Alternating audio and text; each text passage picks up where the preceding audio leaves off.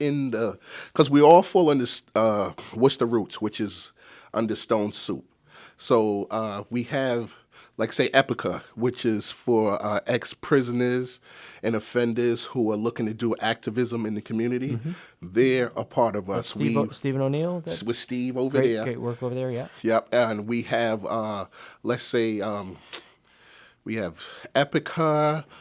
We have some green projects that you'll see around. Regional Environmental Council, they are affiliated with us. So you have a lot of incubators who are more or less under the green economy. Okay. That want to kind of advance their, not just their belief in a green environment, but also that you can make money off of the green environment, whether it's, So both versions of the green economy, right? yeah. And the thing is so beautiful is that not only are you involving yourself in the community and changing the way the community is receiving you because of all of the new things that are happening around the green economy, but also that you are generating an income. So that way some people, I can't stand my job. I can't stand my job, but now you have this opportunity to work in something you like and get paid for it, Right. and to produce a livelihood for yourself. So all of those things mix well together, and I think that is what brings a lot of people to wanting to be a part of the co-op structure. And it's not just here in Worcester. There's co-ops all over the world. There's co-ops in New York where I'm trying to get some of my friends involved in that, because these are guys that are felons. These are the guys that, not many people will hire you. But Mayor Bloomberg in New York City is doing initiatives to get people who have felony backgrounds to become your own business. Entrepreneur. An yeah. entrepreneur. Instead of looking to get hired, look to start your own business. And Bloomberg is behind it. The district attorney in New York, Hines, this is some of the stuff that he likes to do.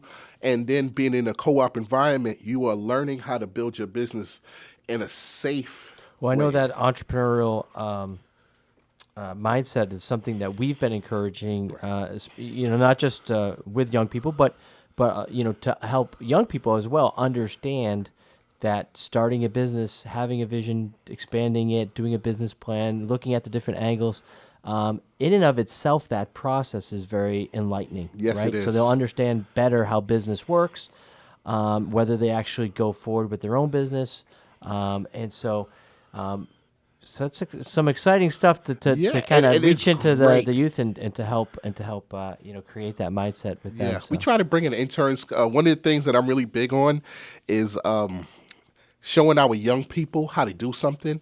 So I try to bring a young person with me wherever I go. I would have one now, but she went to get a job. That's a good excuse, I guess. She went to fill out an application. She says she'll try to make it here before the close of this show. But I encourage that, because one of the things is, while you're with me, I'm going to introduce you to somebody who, if you don't have a job, can point you to the direction. And get them All out there about seeing. networking, man. For those just joining, you're listening to the Working Lunch radio show. We've got guest Cedric Arnold from Future Focus Media. Yes. And so now I know that you just received a grant from the Worcester Arts Council. Yes. Can you tell us a little bit about that project? Oh, wow. This is the Frederick Douglass reading, and this is, for those that don't know, Frederick Douglass, an abolitionist in the 1800s, he was born a slave, became free. Well, he escaped to his freedom, and then he, I guess you would just call it, self-taught himself amongst, just being around a lot of people, how to read, and became this orator, a person who had practiced what is now termed as preaching skills before they were considered a preaching skill, that he engaged his audience with the trying to get them to understand what it was to be a slave in America, and coming through the pathway that he took from the South under the Mason-Dixon line to the north, where he was in Rochester, New York, for this particular reading is what we're going to talk about, is the Frederick Douglass reading, the meaning of the 4th of July to the Negro. And, some people will say the Negro, the black man, the African American, and it's all the same guy, But what he did at that time was so... So I'm envisioning you have someone portraying Frederick Douglass actually doing the reading, or is it well, is this it reading is a open group to of everyone. folks? It's open. Last year we did it. It's 47 stanzas in the speech itself. So does everyone read it together, or is it It's done part. by Everybody does a piece. Like say Okay. if there's 47 people there, everybody get a stanza and they'll read it. And then some people are monotone and they read. And then we have some that take themselves back to if they were Frederick Douglass reading in front of people, and they get, they get all riled up, and they, because the speech itself, if you read it, is very, it's emotional, it's enlightening. See, I misunderstood. I had thought it was a reenactor. Well, we do have a reenactor who comes dressed and actually delivers it as if he were, in fact, Frederick Douglass. Well, we have a reenactor, but he is coming from the colored soldier's perspective. Oh, wow. Yes, he is our historical reenactor. Actually, his name is Joe Glover, if you know him, Trooper Joe. He is going to do that part. We have a scholar who will do a part as far as the pre-reading, so that way to kind of get the crowd engaged. And then after that, we open it up to the general public. Wow. We have a Facebook page for the Frederick Douglass reading for Worcester. So when and where is this happening? This is July 1st, 12 p.m. In the back of City Hall. We're hoping for no rain. The rain is the same day if it's a rain date, but we'll move it inside to the Levi Lincoln Room in City Hall. So it's 455 Main Street behind City Hall. And Cedric, what other organizations are involved besides Future Focus Media and the Worcester Arts Council? We have the City of Worcester, the Cultural Coalition. We have Mass Humanities. We have our program is this grant is funded by the Worcester Arts Council, the Worcester Public Library, American Antiquarian Society, the Historical Museum, Holy Cross College. That's a great array we have them all, huh? Yeah. But there's still room for more. Okay. One of the things that we're looking forward to is the setup for next year. Okay. Because the idea, and this was brought up at one of the meetings, is that this is not just a once a year type of thing, that we engage the community with activities throughout the year, so that way when it culminates next year, 2014, that we have done a couple of different activities that engage people, brought them in, and maybe it might not be particularly with the Frederick Douglass reading of the 4th of July speech, but it may have something to do with where do we go from now that we have said this speech? How can we enact some of these challenges or overcome some of these challenges that he portrayed in 1862 that are now still, prevalent today, and that's one of the things that I'm glad that you guys opened up your forum for us, is to let people know that, in addition to reading your history and knowing your history, the fact is that you have to learn from your history in the growth area of going forward, and particularly with this show, because you guys are work related and workforce related. I was thinking of how during Frederick Douglass at his speech, he talked about how the black man was a laborer, he was an architect, he was an accountant during those times, but we still were not considered a man. We were not considered men, and that was 1862. Now, if you go 100 years later, with the and just to give you some background, this year is the 150th anniversary of the Emancipation Proclamation that was given by President Abraham Lincoln, to the country, which was the path that most people seen as opening up slave-holding states, so that way the slaves can now become free.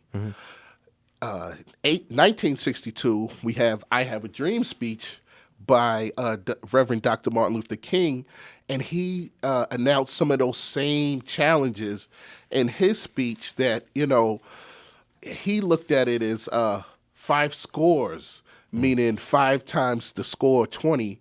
100 years ago is when he was talking about it, and it was prevalent in 1962. And if you don't mind, I just want to give a quick little stanza that related to what he said then to where we're at now. Let me just remind people, our guest is Cedric Arno from Future Focus Media. So with that, we do have a minute or two. So I'm going to jump. This will be real quick because I just want to get this one stanza. It is obvious today that America has defaulted on this promissory note insofar as her citizens of color are concerned. Instead of honoring this sacred obligation, America has given its colored people a bad check, a check that has come back marked insufficient funds.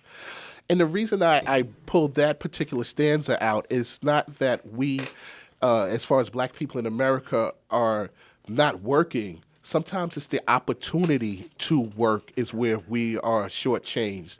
And let's say if America, sneezes, the black community catches a cold, and then that is one of the things that we have to learn. But we also have to challenge ourselves in particularly the black community that we can do regardless of what's going on, but also to persevere and press on, and that these are the challenges that are here with us today. So I want to thank you guys for having us on. well, And thank you for coming. Now, how can folks get involved? Our theme is volunteerism, and Okay. and certainly, you're open to having folks volunteer with either this specific project or other work that you're doing. So how can folks get in touch with you? Info@futurefocusmedia.org. That is one direct way as far as email. A lot of people are into emails now. I think they're, getting depersonalizing people. Yeah. But if you want a phone number, you can give me a call. I'm using my cell phone number as the link for the Frederick Douglass reading, so you're going to see it on flyers everywhere. It's 774-253-1131 for people who want to get involved in either Future Focus or the Frederick Douglass reading. We do a lot of things in the community. Thank you. Yeah, So, thank you again for thank coming you guys on. for having me on. Thanks, Cedric. And we're going to take a short break now, and then come back. Sean's going to wrap up the program. Thank you. All right, thank you guys. You're in tune to WCUW 91.3 FM, community radio serving Central Massachusetts, online at WCUW.org. And we're back now. Again, thanks again for the interview, Cedric. I think we got a lot of information, and it sounds like a great event coming up. Yeah, and I appreciate you guys giving me the opportunity to use this forum. I think that the use of this forum by what you guys are doing now is going to generate an enormous amount of information for our public and for the community at large. So I want to thank you guys for at least putting this together, because sometimes the challenge in our community is information. Yeah. And you guys are doing your part in sharing and disseminating the information to the masses. So, if you could see it now, I gave him a thumbs up, like if we was on Facebook on a like. So, this is one of the things that we like about the community. And I consider Worcester the heartbeat of the Commonwealth. So with this beat right here will generate and flow through the arteries that we can imagine to be Mass Pike or 128 or Route 2 or 290. And just imagine this arteries going throughout and this information going throughout the Commonwealth. So salute these guys for doing their part in keeping our body healthy. Well, thank you. Thank you. We appreciate it. So, actually, speaking of the community, from time to time, we like to open up to emails. So we have people come in, they send in emails, and we had one that was kind of went with the theme of volunteerism for our show. And so I'd like to read that. This is from Tim from Worcester, and he writes, "Hey, Working Lunch team, I've been unemployed for over a year now. I've gone on a number of interviews, but just haven't found the right fit. I've also noticed that employers have asked me a lot about being unemployed for over a year, and I am starting to think that this employment gap is hurting my chances of getting a job. What do you think?" So I know sometimes employers, they'll see that employment gap and they might assume, oh, this guy might be lazy or this woman might be not motivated. And that might not be the case. It might just be, it kind of creates a conundrum where I'm looking for work. Right. And that's why I have a gap. That's why I am not working, because I'm exactly, looking for work. Exactly. And that is some of the challenges. And it's not just with young people, even though I work with young people now, but I was also one of those people who was unemployed. I mean, it's been a while, thank you, Jesus, that I'm not, that I have a job. But when that was the case, I had the opportunity to coach basketball with, but it was girls. Not that girls are not good basketball players. We're going down a weird street here. I don't want y'all to blow up the phone lines. But, these girls kept me occupied. Yeah. And then it kept me, as far as my resume, active. And that's actually where we wanted to go with this, because at the Career Center, they've started a Volunteer Connections program. Okay. And I sat down with the coordinator there, and I've actually got the interview here. So let me play this for everybody. With Wendy Gould, the Volunteer Connections Program Specialist at Workforce Central. How you doing today, Wendy? I'm good, and you, Sean? Good. So we wanted to talk a little bit about the new Volunteer Connections Program. So maybe first off, you could just tell me a little bit an overview of the program, like what the design is. The design of the program is for those that are unemployed, especially the long-term unemployed, to get hired by developing their skills and the opportunity to network through volunteer opportunities. So some of these long-term unemployed folks can have a volunteer opportunity instead of... Yes, where they can gain recent and relevant experience to include on their resume, which our employers are looking for. Yeah, absolutely. I know we talked a little bit on the show about how employers, if there's a gap in resume history, like work history on a resume, that they kind of look at that and say, well, what happened here? So the Volunteer Connections is a way that people can volunteer and kind of fill that gap. That's correct. So can you tell me how the program works? The monthly workshops that we offer, along with the quarterly exchange event, help job seekers access what they might want to do and help connect them with places that might fit their needs. We help them see where they should connect and help broker the connection between the job seeker and the nonprofit organization through the exchange events, but really put the responsibility on the job seeker to make the connection and work out the terms of the volunteership. Oh, okay, cool. And so they're able to kind of network with employers once a month and say, hey, I design websites, and a nonprofit might say, we're in need of somebody that can help us revamp our website. Yeah. And then they would go and they'd work out the details together. Yeah. The quarterly exchange event gives them the face-to-face opportunity with nonprofit representatives